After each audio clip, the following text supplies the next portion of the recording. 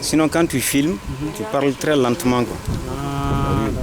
Ici, nous pratiquons l'embouche bovine depuis quelques années et nous allons vous présenter un peu les procédures que nous appliquons dans cette exploitation de M. Camara.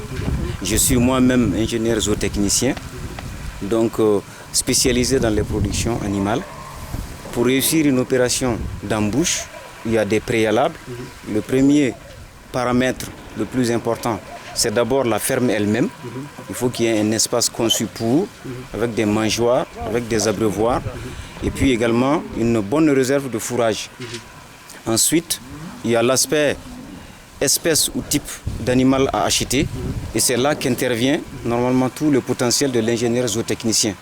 Et cet éleveur en question a utilisé ce service-là, d'où les spécimens d'animaux que vous voyez dans ce film.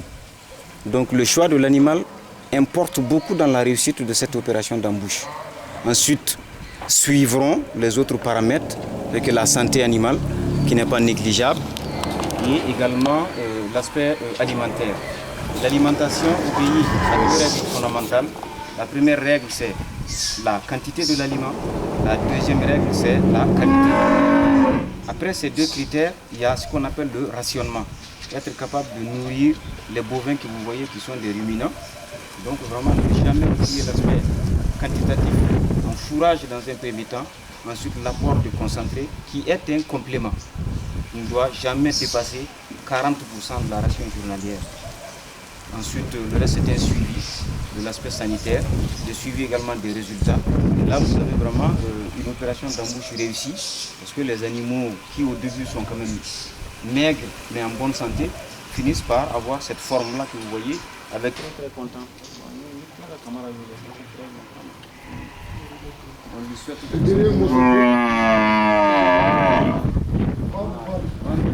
regarde même les veines cutanées. Ça n'apparaît que chez des animaux qui sont en pleine forme. Donc même la peau respire mieux.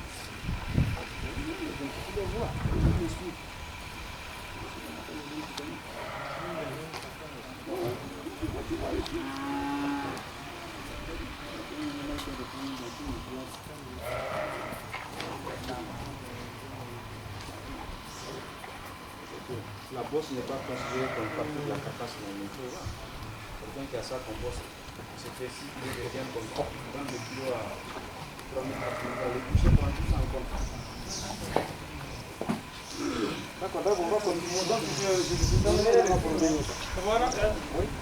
Oui, ça c'est pour eux. Prêt.